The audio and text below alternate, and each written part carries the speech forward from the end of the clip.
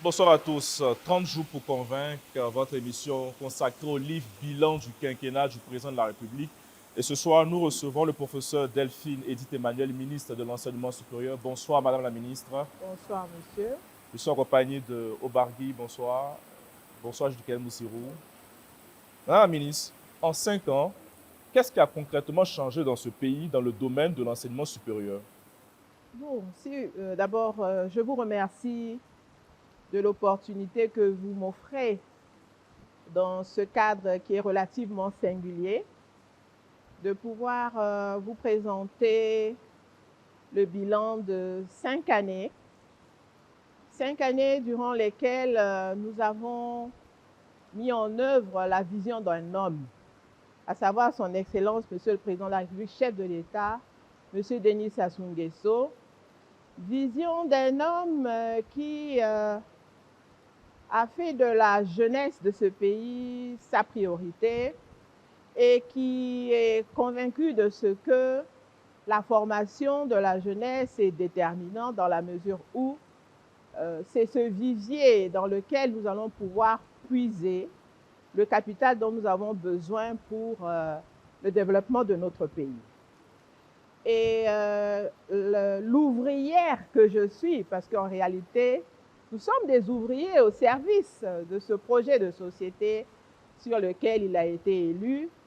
En 5 ans, dans la continuité des actions qui ont été posées par mes prédécesseurs, s'est attelé à consolider le secteur de l'enseignement supérieur, à faire preuve de réactivité et à tracer des plans pour l'avenir. La consolidation, en quoi consiste-t-elle? Il s'est agi pour nous d'abord d'organiser le secteur. D'organiser le secteur au plan normatif, institutionnel. C'est ainsi que nous avons réactualisé la politique de l'enseignement supérieur qui avait été élaborée par les ministres qui m'ont précédé, mais aussi nous avons élaboré un certain nombre de textes législatifs et réglementaires, mais surtout nous avons veillé à harmoniser la législation congolaise dans la mesure où nous sommes membres de la communauté économique et monétaire de l'Afrique centrale et dans le cadre de la CEMAC, nous avons justement une intégration embryonnaire dans le domaine de l'enseignement supérieur. Donc, premier axe, donc, au plan normatif et institutionnel. Mais la consolidation a consisté pour nous à pouvoir poursuivre un certain nombre de chantiers qui étaient arrêtés. Et c'est ainsi que nous avons, et ici nous avons un certain nombre d'étudiants, achevé les travaux de l'amphithéâtre Tatilouta. C'était un amphithéâtre qui, pendant plusieurs années, était inachevé. Et lorsque nous avons commencé à poser un certain nombre d'actes, l'amphithéâtre Tatilouta de la faculté des lettres, sciences et arts était pour nous une priorité. Nous avons aussi, au titre des travaux, poursuivi la construction du centre d'excellence d'Oyo, qui était un chantier qui était arrêté. Et aujourd'hui, ce centre de recherche fait le bonheur des chercheurs congolais. Toujours au titre des travaux, nous avons d'abord sécurisé et réhabilité les campus de l'université Denis Sassou Nguesso. Aujourd'hui, les étudiants de cette université qui est excentrée ont la possibilité de poursuivre leurs études dans des campus rénovés, modernes et sécurisés. Toujours au stade des réalisations, il y a un autre chantier qui s'était arrêté, c'est l'université de Liambou, qui est une université catholique, mais qui est financée sur des fonds qui ont été affectés par son Excellence, Monsieur le Président de la République. C'est un exemple de partenariat public-privé. Et aujourd'hui, nous avons donc à Liambou nous avons une université qui a été récemment inaugurée par le chef de l'État.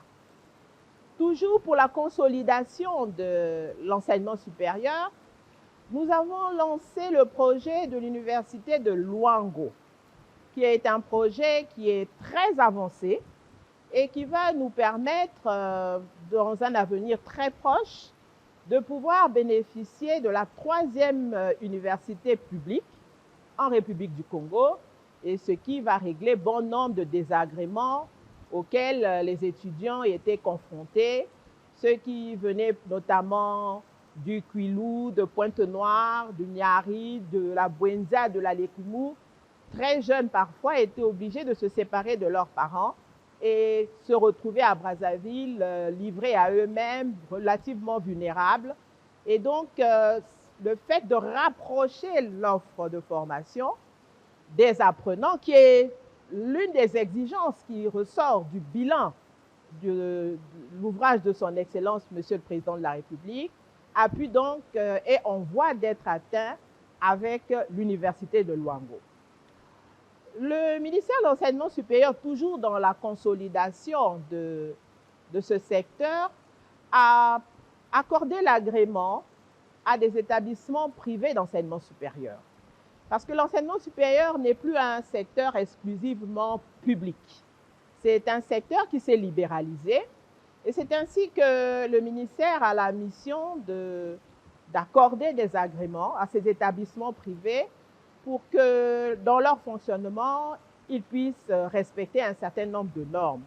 Et nous pourrons, à cet effet, en dehors des nombreux établissements privés d'enseignement supérieur que nous avons à Brazzaville, à Pointe-Noire, dans le Kwilu et à Dolisie, nous pouvons mentionner le premier établissement privé d'enseignement supérieur que l'on peut retrouver dans la zone nord de la République du Congo, c'est l'Institut supérieur Polytechnique Sainte-Lucie d'Oyo, qui est un établissement privé d'enseignement supérieur conventionné avec l'Église catholique et qui permet d'accorder, de former des jeunes dans le nord du pays. Donc voilà, nous avons œuvré à la construction d'établissements et je terminerai sur la construction en mentionnant le Centre multiservice de valorisation des bioressources, qui est un centre de recherche qui est en cours de construction avec l'appui notamment de l'Agence française de développement.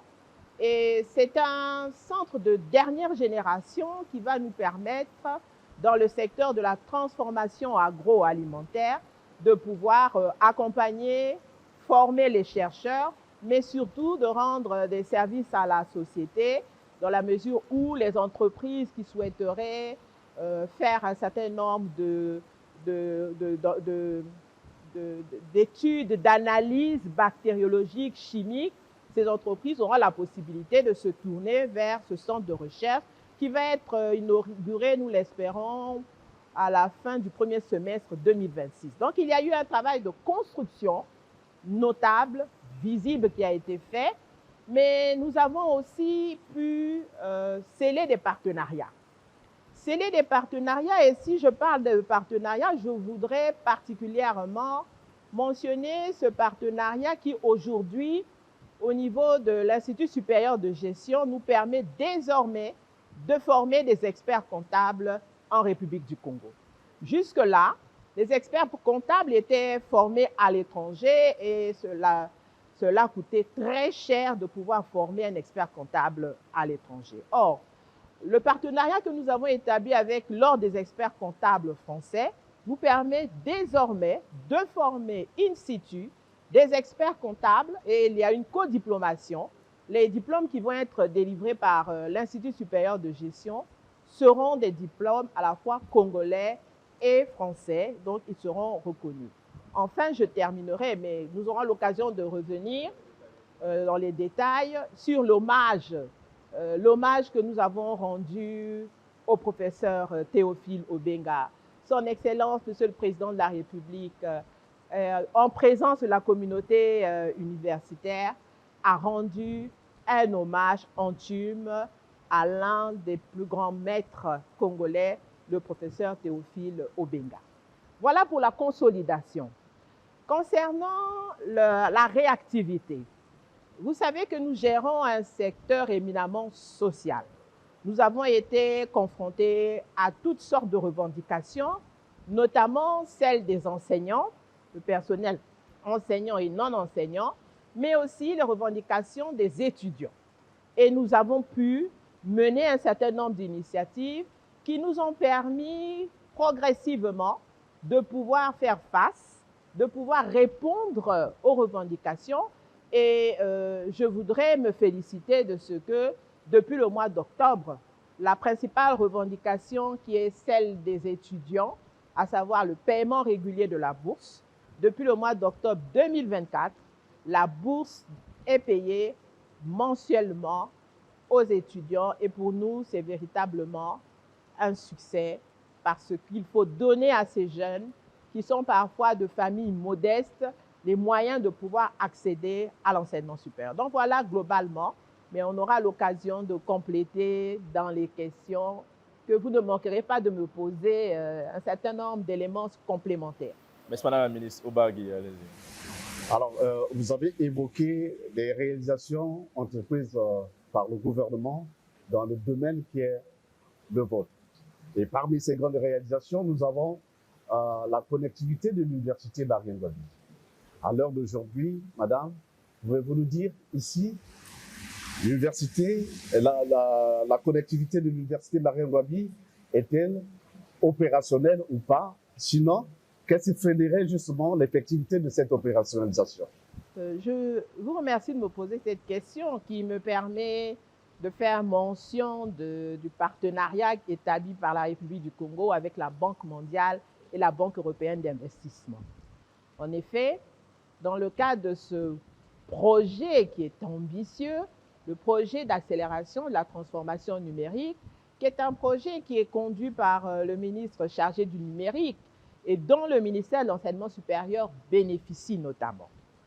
Et à cet effet, dans le cadre donc de l'exécution de ce projet, le ministère de l'Enseignement supérieur a pu bénéficier d'installations qui devraient lui permettre d'être connecté, l'interconnectivité entre le ministère et les deux universités, Marième-Gwabi et Denis Sassou Nguesso, ce qui nous permettra en tant que tutelle de pouvoir assurer un suivi efficient de ces deux universités. Mais surtout, nous avons à ce stade, au niveau de l'université Marième-Gwabi, pu bénéficier d'installations techniques qui vont assurer aux étudiants pendant 5 ans une collectivité de haut débit. Toutes les installations, tous les tests sont terminés et je peux vous annoncer qu'avec le ministre chargé du numérique et la Banque mondiale, à la fin du mois de janvier, si je ne me trompe, le 27 janvier 2026, nous allons procéder au lancement, donc à l'inauguration de cette connectivité haut débit et qui va améliorer les conditions d'enseignement, d'apprentissage au niveau de l'université Marième-Gwabi. Le même processus est en cours au niveau de l'université Denis Sassou Nguesso. Et donc, de ce point de vue, je peux dire que la connectivité des universités publiques aujourd'hui est une réalité parce que nous allons procéder au lancement à la fin de ce mois. Bonjour, merci d'avoir accepté de répondre à notre invitation. Encore merci beaucoup. Madame la ministre, moi j'aimerais vous poser une question directe, une question qui concerne les enseignants. Alors que répondez-vous aux enseignants qui disent que les conditions de travail ne sont pas bien? Oui, vous savez, c'est une affirmation qui revient souvent. Les conditions de travail, de quelles conditions s'agit-il? S'agit-il de conditions matérielles, physiques, financières? Si c'est le cas, en décryptant les différents éléments que je viens de citer, nous pouvons constater que le gouvernement, dans un contexte qui parfois a été difficile, a veillé à ce que justement ces conditions matérielles, financières et autres puissent être réunies. Concernant les conditions matérielles, Je voudrais commencer par l'université Marien Ngouabi. Mais nous avons mentionné tout à l'heure l'amphithéâtre Tati Louta. Nous avons mentionné les différents établissements. Si vous regardez au sein des établissements, nous avons des laboratoires qui ont été réhabilités, aussi bien au niveau des 11 établissements de l'université Marien Ngouabi qu'au niveau de l'université Denis Sassou Nguesso. Je faisais état des campus universitaires, mais l'amélioration des conditions, nous avons aujourd'hui à l'université Denis Sassou Nguesso ce qu'on appelle une salle intelligente qui a été équipée et qui facilite les conditions d'apprentissage dans la mesure où, avec cette salle intelligente, nous avons la possibilité de pouvoir, en étant à Brazzaville, suivre un cours qui serait dispensé de par le monde. Toujours concernant les conditions matérielles, nous sommes en ce moment en train d'envisager la... Parce qu'on ne peut pas parler des enseignants sans les étudiants. Nous sommes en train de nous lancer dans le processus de réhabilitation des campus universitaires. Les marchés ont été conclus après un appel d'offres. Cependant, il y a lieu pour nous d'accompagner la sortie des étudiants. Parce que, alors que l'entrepreneur était prêt à pouvoir lancer les travaux, les occupants de ces campus nous ont fait comprendre qu'il y avait lieu pour l'État de pouvoir les aider à pouvoir se réinstaller. Même si à un moment donné, il faisait valoir le fait qu'ils n'avaient pas de ressources, mais aujourd'hui, avec la bourse, nos étudiants peuvent aller louer. Mais l'État va les accompagner pour pouvoir récupérer ces espaces et pouvoir les transformer. Vous vous souvenez de ce qui s'était passé avec les amphithéâtres impériales, n'est-ce pas? Donc, nous allons poursuivre le même processus afin que nous puissions réhabiliter les campus. Concernant l'université Marien Ngouabi, il y a en ce moment, et vous savez que l'on peut avoir la volonté de réhabiliter, mais on ne réhabilite pas immédiatement. Il y a des procédures en termes d'appel d'offres. Une fois que la procédure est lancée, il faut qu'elle aboutisse, il faut que les marchés soient conclus. Et donc, ce que je peux dire, concernant les conditions matérielles, nous sommes en train progressivement de les remplir. Maintenant, les conditions financières, parce que la condition de l'enseignant, c'est cela. Mais les conditions financières, il est vrai que nous sommes en proie à des perturbations du calendrier universitaire. Mais le gouvernement, depuis 2021, a amélioré de manière notable la situation du personnel enseignant et non enseignant de nos universités. Aujourd'hui, ce personnel bénéficie d'une valeur du point d'indice maximal. Et de ce point de vue, par rapport aux autres personnels de la fonction publique, ils n'ont pas à se plaindre. Voilà ce que je peux dire. En même temps, nous travaillons à la promotion des enseignants, parce que c'est cela aussi. Les enseignants ne doivent pas stagner. Ils doivent avoir la capacité, parce qu'ils sont accompagnés par le gouvernement, de pouvoir faire leur promotion. Et notre promotion aujourd'hui passe par le Conseil africain et malgache pour l'enseignement supérieur. Et de ce point de vue, nous accompagnons le personnel enseignant. Quant au personnel non enseignant, il a la possibilité de pouvoir renforcer ses capacités. Pour revenir sur les conditions, Madame la ministre, des enseignants, vous êtes même professeur, la grève se poursuit, de ce qu'on peut voir encore. On a l'impression que finalement, c'est une situation qui semble ne pas déranger à la fois le gouvernement, mais aussi les enseignants. Est-ce qu'il y a une porte de sortie face à cette situation qui pénalise les étudiants au premier rang? Bon, la grève perturbe le déroulement de l'année universitaire. Et de ce point de vue, en tant que ministre de l'Enseignement supérieur, nous pouvons dire que nous ne pouvons pas nous en contenter, nous en satisfaire. Donc, lorsque vous dites que la grève ne semble pas déranger le gouvernement, bien au contraire. Bien au contraire, parce que nous avons un dialogue permanent avec les syndicats. Et les revendications des syndicats, les cahiers de charges nous sont notifiés régulièrement. Cependant, au regard du contexte auquel nous avons été confrontés, nous n'avons pas pu honorer certaines de nos obligations. De quelles obligations s'agit-il? Il s'agit de 2 mois d'arriérés au titre de l'année 2024 pour les mois d'août et de septembre. Et il s'agissait, parce que la donne a changé, de paiement des salaires de mois de juillet, août, septembre. Il se trouve que lorsque le préavis a été déposé, et ce n'est pas de gaieté de cœur que le gouvernement n'a pas pu payer, c'est au regard des contraintes financières auxquelles nous étions confrontés, la bonne volonté du gouvernement s'est matérialisée par le paiement successif de 3 mois de salaire. Entre le mois de novembre et le mois de décembre, nous avons donc pu procéder au paiement des salaires jusqu'au mois d'octobre. Actuellement, à l'université, il ne reste à payer que les salaires des mois de novembre et de décembre 2025. Ce qui montre la réactivité, la bonne volonté du gouvernement. Parce que lorsque l'on vous donne le montant, et vous verrez l'effort que le gouvernement a pu entreprendre, nous sommes à plus de 10 milliards de francs CFA.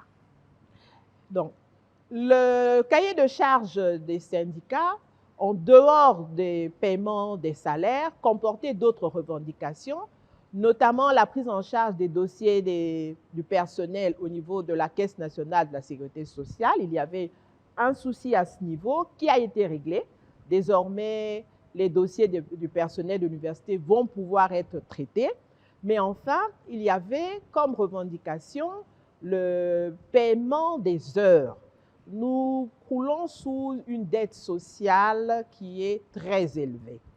Et les syndicats de l'université Marien-Ngouabi avaient émis la demande que l'on puisse résorber une partie de la dette sociale.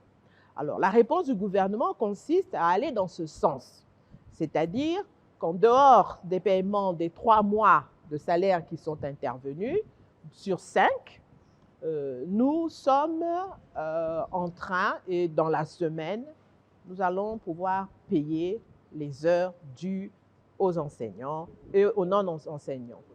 Nous sommes en discussion. Nous sommes en discussion, vous savez, lorsque vous êtes 2 parties, il y a des revendications, il y a des réponses. Cela fait encore à peine 5 jours, je recevais dans mes bureaux l'intersyndical. Nous sommes en train d'avancer parce que nous dialoguons. Nous avons la volonté de sortir l'université de cette grève et nous ferons les efforts qui s'imposent pour que les cours puissent reprendre très rapidement. Donc le gouvernement est plutôt attentif et fera en sorte qu'il y ait satisfaction et que les cours reprennent. Ça serait peut-être trop être curieux pour vous poser cette question, madame. Vous savez qu'aujourd'hui, les étudiants sont les principales victimes dans ces situations. Déjà, nous sommes pratiquement à 2 mois sans cours. Alors concrètement, qu'est-ce que vous pouvez rassurer les enseignants, tout comme les étudiants, au regard justement de la dernière rencontre que vous avez eue avec l'intersyndicale et la présidence de l'université? Qu'est-ce que laisse présager dans la réglementation, sinon le règlement de cette situation? La volonté du gouvernement. La volonté du gouvernement au plus haut niveau, parce que, si vous me permettez, je vais pouvoir le dire, vendredi dernier, nous avons eu une réunion stratégique avec Monsieur le Premier ministre, chef du gouvernement, et qui a donné des instructions afin que l'on puisse mobiliser les ressources nécessaires pour pouvoir régler le problème auquel nous sommes confrontés présentement. Donc, c'est ce volontarisme qui va nous permettre de pouvoir répondre à l'attente des syndicats et qui ensuite conduira à la levée de la grève. Nous y travaillons et sur ce point, sous l'autorité de Monsieur le Premier ministre, chef du gouvernement. Du mandat pour pouvoir avoir des réflexions pour sauver l'université Marien-Ngouabi ou, on va dire, l'école? Non, je ne vous comprends pas. Nous sommes à l'ouvrage depuis 2021. Ce n'est pas la première grève à laquelle nous avons été confrontés. La réflexion, elle est permanente parce qu'il revient au ministre de l'Enseignement supérieur, et c'est le texte organique du ministère, d'exécuter la politique de la nation dans le domaine de l'enseignement supérieur. Donc, nous menons une réflexion permanente. Cependant, nous sommes confrontés à des difficultés conjoncturelles. Elles ne sont que conjoncturelles, qui nous amènent parfois à modifier notre programmation. L'année doit commencer à tel moment, elle doit se terminer à tel autre, mais ce ne sont que des difficultés conjoncturelles qu'avec la volonté, l'engagement de tous, nous allons pouvoir surmonter. Mais la réflexion, elle est permanente. Et tout ce personnel, quel message?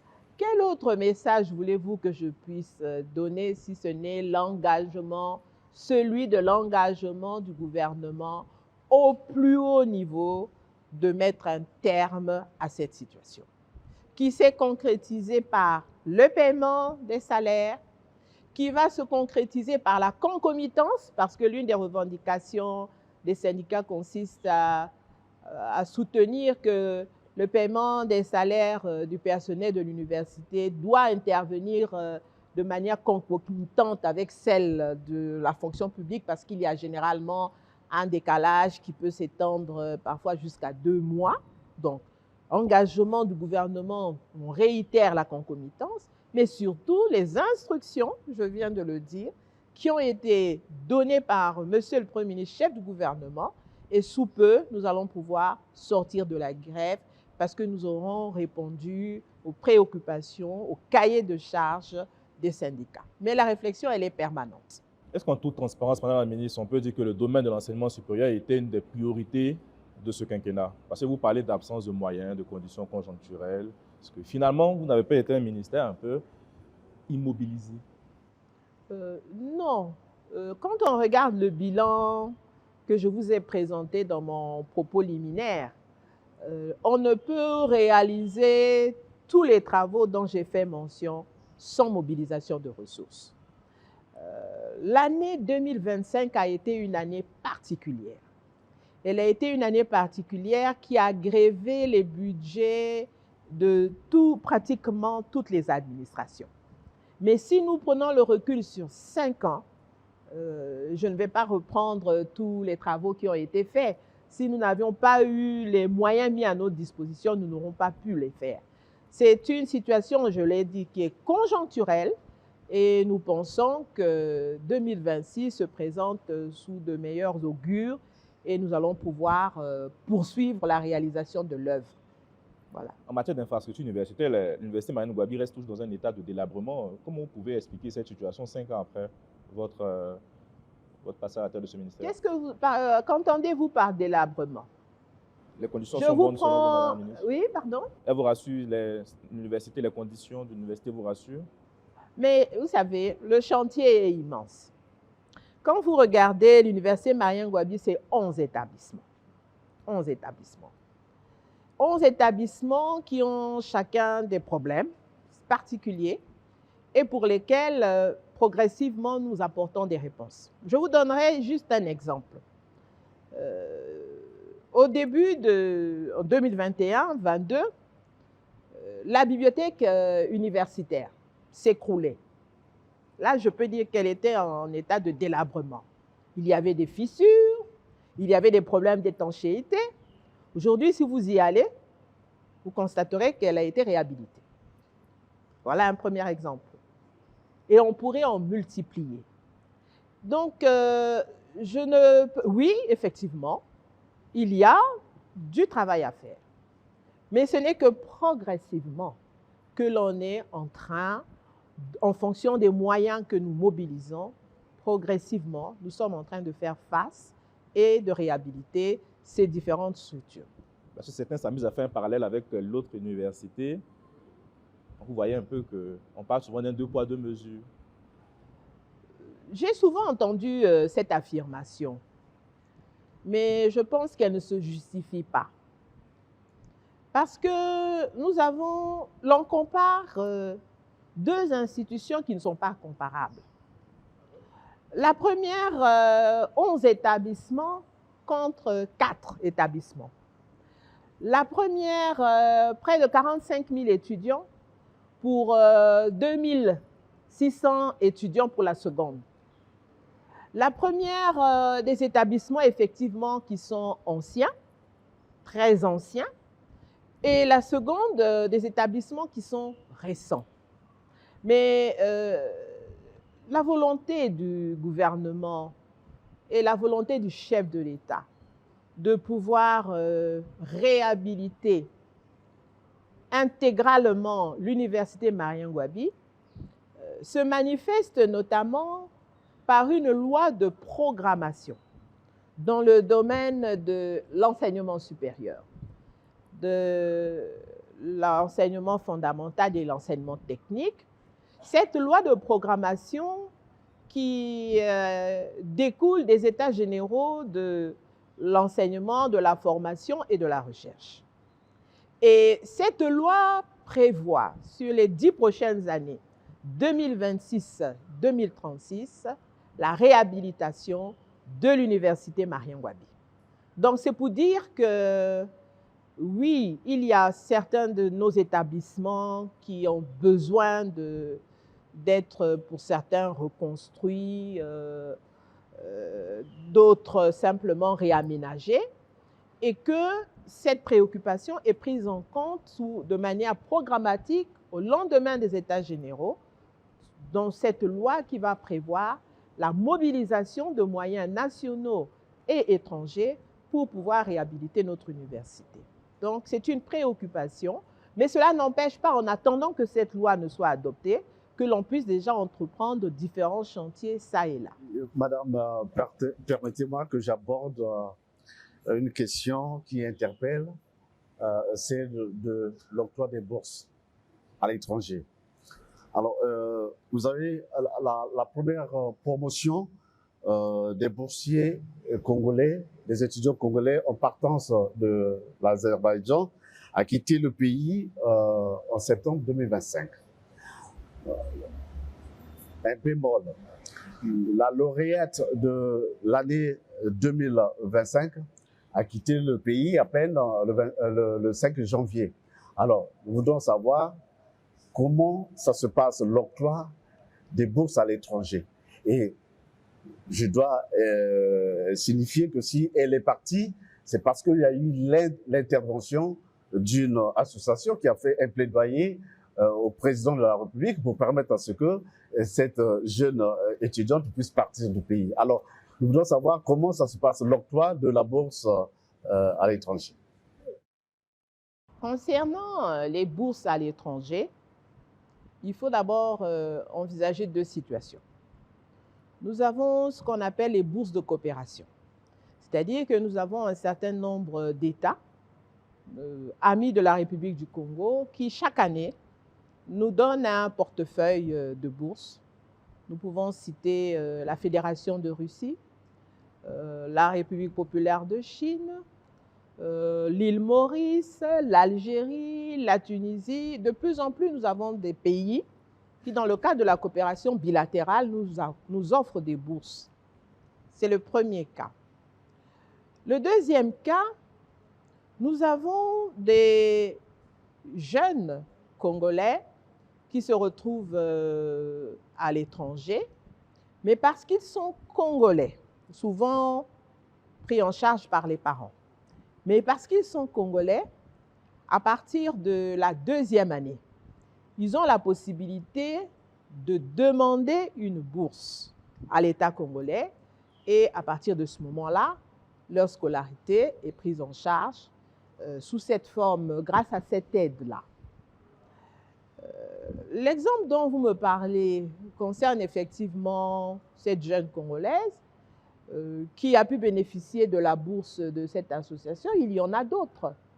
Mais nous, en tant que ministère de l'enseignement supérieur, nous ne procédons plus comme par le passé où, quand vous étiez bachelier, l'État vous orientait et prenait en charge votre bourse. Non, nous sommes plutôt dans le cadre des bourses de coopération.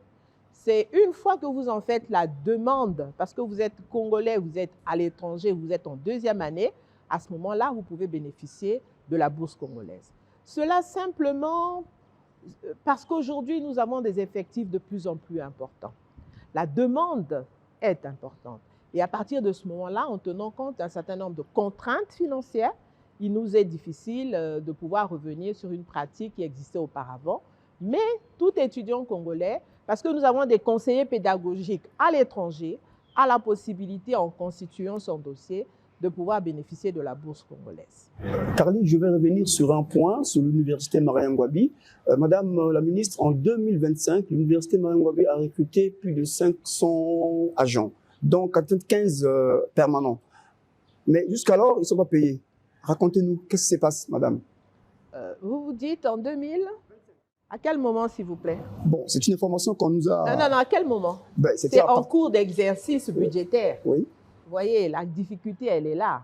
Au moment où le recrutement est intervenu, nous avions déjà un budget qui était en cours d'exécution. Si vous n'avez pas de ligne, vous ne pouvez pas prendre en charge la dépense. Et ce personnel va être pris en charge parce qu'il est intégré dans le budget de l'université à partir de janvier 2026. Simplement. C'est une question budgétaire. On va faire appel à une consoeur pour poursuivre l'entretien. Bonjour. Et merci de répondre à l'invitation et l'émission grand public sur les 30 jours pour convaincre en toute transparence, axée sur le bilan du quinquennat du chef de l'État 2021-2026. Madame la ministre, dans les années 80, très jeune, jusqu'au début des années 90, il y avait les étudiants des autres pays de l'Afrique subsaharienne qui venaient étudier au Congo. Et aujourd'hui, c'est le contraire, madame. Qu'est-ce que ça vous fait en tant que ministre et en tant qu'enseignante aussi, chercheur à l'université Marien Ngouabi? Oui, effectivement, c'était le cas parce que bon nombre de ces pays n'avaient pas d'université. N'oubliez pas, pendant longtemps, l'on venait de très loin pour pouvoir étudier en République du Congo. Mais au-delà de cette affirmation, au-delà du fait que ces États aient pu avoir des universités, nous avons des étudiants étrangers qui viennent préparer leur thèse ici. Et moi, je pourrais, par exemple, vous parler d'exemples d'étudiants tchadiens que j'ai, qui préparent des thèses sous mon autorité. Nous avons à l'université aussi bien Marien Ngouabi qu'à l'université Denis Sassou Nguesso des étudiants qui viennent d'autres pays. Donc, vous savez, le secteur de l'enseignement supérieur est devenu concurrentiel. Qu'avez-vous à offrir pour pouvoir attirer le maximum d'étudiants et notamment des étudiants étrangers?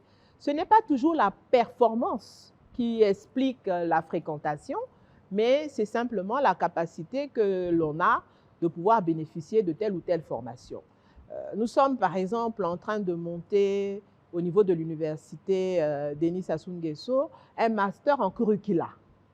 Et c'est un master régional parce que nous allons de plus en plus vers la régionalisation.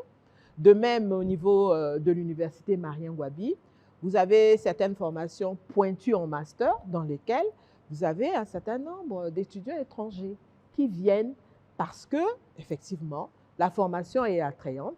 Et donc, de ce point de vue, le sentiment que l'on a de ce que nos universités ne seraient plus fréquentées par des étudiants étrangers, c'est un sentiment qui est erroné. Quand on regarde les établissements, on regarde les filières et on constate qu'effectivement, il y a des étudiants étrangers qui viennent en République du Congo et qui fréquentent nos universités. Ce n'est pas le sentiment erroné quand on sait qu'au niveau du classement des universités, je prends le cas de l'Afrique subsaharienne, l'université Marien Ngouabi est réélée parmi les dernières aujourd'hui. Voilà, ça frise aussi en tant que Congolaise. Madame, qu'est-ce qu'il faut faire pour redonner à l'université Marien Ngouabi? Quels sont les critères de classement? Ce n'est pas parce que l'université se trouverait en compétition avec d'autres universités par rapport à un classement. Et d'ailleurs, vous verrez qu'il n'y a pas qu'un seul classement. Il y a plusieurs classements. Et si vous regardez la position de nos universités dans les différents classements, dont celui de Schengen et autres, vous verrez que le classement n'est pas le même. Les critères ne sont pas les mêmes. Vous savez, il suffit parfois d'un problème de connectivité. Il s'agit le fait d'avoir le numérique à l'université. Il s'agit le fait de recourir à l'intelligence artificielle à l'université. Il suffit, par exemple, le ratio entre le rapport entre le nombre d'étudiants et le nombre d'enseignants. Vous voyez, ce sont ces critères qui expliquent le classement. Moi, je vous disais que dans notre pays, nous avons une massification. Nous avons besoin de recruter de nombreux enseignants. Nous avons besoin d'avoir un statut du chercheur, parce que le statut du personnel enseignant, ce n'est pas la même chose que le statut des chercheurs. Alors, lorsque ces différents critères, vous les alignez, et que dans votre pays, par exemple, ce n'est que prochainement, nous allons avoir la connectivité dans nos universités, vous comprenez aisément que cela vous est défavorable. Mais nous sommes en train de réunir les différentes conditions. Il y a par exemple le problème de l'assurance qualité. Il faut de plus en plus dans les établissements universitaires avoir des cellules d'assurance qualité. Mais au moment où on fait l'appréciation, nous sommes en train de créer notre agence nationale d'assurance qualité. Vous voyez que cela nous est défavorable. Et c'est parce que nous avons une politique volontariste que nous sommes en train progressivement, et je répondais tout à l'heure à votre collègue qui parlait de réflexion, nous sommes en train de remplir les différentes conditions pour que nous puissions respecter les critères requis afin de pouvoir effectivement avoir un meilleur classement. Parce que paradoxalement, on aime bien à dire que notre université serait la dernière, mais les étudiants congolais sont les meilleurs. Les étudiants congolais, lorsqu'ils vont à l'étranger, sont parmi les meilleurs.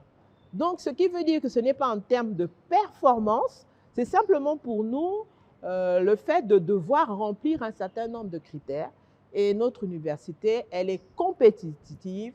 Le produit que nous mettons sur le marché est vraiment de bonne qualité et nous pouvons nous en glorifier. Que ce soit des structures publiques que les structures privées. Voilà ce que je peux dire. Madame la ministre, comment votre ministère s'adapte aux réalités du marché de l'emploi? Est-ce qu'aujourd'hui, quand on est jeune étudiant congolais, on est assuré d'avoir du boulot lorsqu'on quitte l'université? Oui, c'est une question préoccupante. Une question préoccupante qui, dès le départ, lorsque nous avons adopté la politique de l'enseignement supérieur, nous en avons fait une priorité. Parce que nous sommes partis d'un constat selon lequel bon nombre de jeunes qui terminaient leurs études, malheureusement, étaient dans l'impossibilité de trouver un emploi. Donc nous avons essayé, au cours des assises que nous avons organisées l'année dernière, en 2025, du 30 juin au 1er juillet 2025, nous avons réuni toutes les parties prenantes, le gouvernement, le secteur privé, les partenaires techniques et financiers, les étudiants eux-mêmes. Nous avons essayé de comprendre ce qu'il y avait lieu de faire pour pouvoir mettre fin effectivement à cette situation qui, l'université ne peut pas former des chômeurs. Mais pourquoi formons-nous des chômeurs? Parce que les études sont longues, elles sont générales et nous sommes, en sortant de ces assises, nous avons décidé d'élaborer une charte des engagements afin de transformer justement non seulement les conditions de formation, mais aussi d'intégrer la prise en compte de la situation des étudiants une fois qu'ils ont terminé. Parce qu'auparavant, vous allez à l'université, vous terminez votre licence, master, doctorat et puis terminez. Mais aujourd'hui, parmi les critères, il s'agit de savoir qu'advient-il de ces étudiants. Et nous avons donc, dans cette charte des engagements, et dernièrement encore, nous avons eu une réunion, créer les conditions non seulement pour entreprendre une réflexion, une étude sur les besoins de la société en termes de formation, quels sont les profils requis, quels sont les domaines dans lesquels nous avons besoin de former, quels sont les domaines dans lesquels on estime qu'il y a une saturation, ce n'est pas la peine de multiplier des formations dans ce domaine. Donc nous allons procéder à cette étude qui va nous conduire par la suite parce qu'on va établir ces besoins en lien avec le secteur privé. C'est sur cette base-là que nous allons procéder à la réforme des programmes.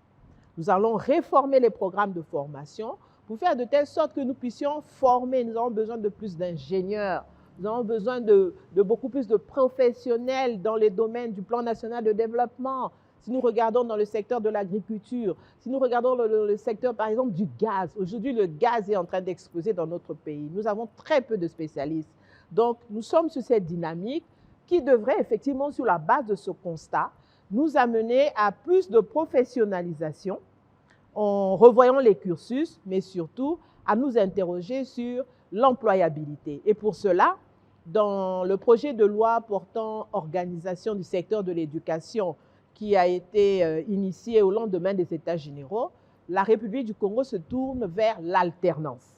L'alternance est déterminante parce qu'elle permettra aux jeunes non seulement de recevoir une formation théorique à l'université, mais aussi d'aller en entreprise. Et donc, nous sommes sur ce chantier. C'est un chantier qui est vraiment immense, mais combien exaltant parce que nous savons qu'il participe à la transformation de l'enseignement supérieur dans notre pays. Une dernière question très courte parce que nous sommes à la fin de l'émission. Madame, merci pour la lumière que vous donnez à nos préoccupations. Alors, une question aussi simple. Vous êtes ici en qualité de chef du département de l'enseignement supérieur. Alors, madame, pourquoi l'université Denis Sassou Nguesso ne recrute-t-il pas les enseignants permanents pour réduire le chômage des diplômes? Je pense que vous n'avez pas d'informations exactes parce que depuis l'année 2023, fin de l'année 2023, l'université Denis Sassou Nguesso a recruté la première cohorte, si vous me permettez, d'enseignants permanents. Parce que depuis sa création jusqu'à la fin de l'année 2023, l'université Denis Sassou Nguesso avait du personnel d'emprunt qui venait de l'université Marien Ngouabi, ce qui, en termes de charge de travail, posait de nombreux problèmes. Mais depuis l'année 2023, l'université Denis Sassou Nguesso a son personnel, enseignant et non enseignant, qui a été recruté et qui est le personnel de cette université. Par rapport aux besoins tout à fait, qui sont ceux des établissements, les 3 premiers, à ce moment, nous en avions 3, et là, nous en avons un 4e, et nous allons poursuivre sur cette lancée. Voilà. Merci beaucoup, Madame la Ministre. Merci aux équipes techniques. Merci à vous, chers confrères, chers consoeurs, d'avoir participé à cette émission. Merci à nos téléspectateurs et bonne suite de programmes sur nos différentes antennes. C'est moi qui vous remercie en espérant avoir apporté un peu plus de lumière. Il est vrai que nous n'avons pas beaucoup communiqué, mais vous savez, parfois, il est bon de travailler dans le silence pour que l'on puisse livrer au monde la beauté de l'œuvre. J'espère qu'après cette émission, quelques informations auront été apportées très utilement à certaines préoccupations. Je vous remercie.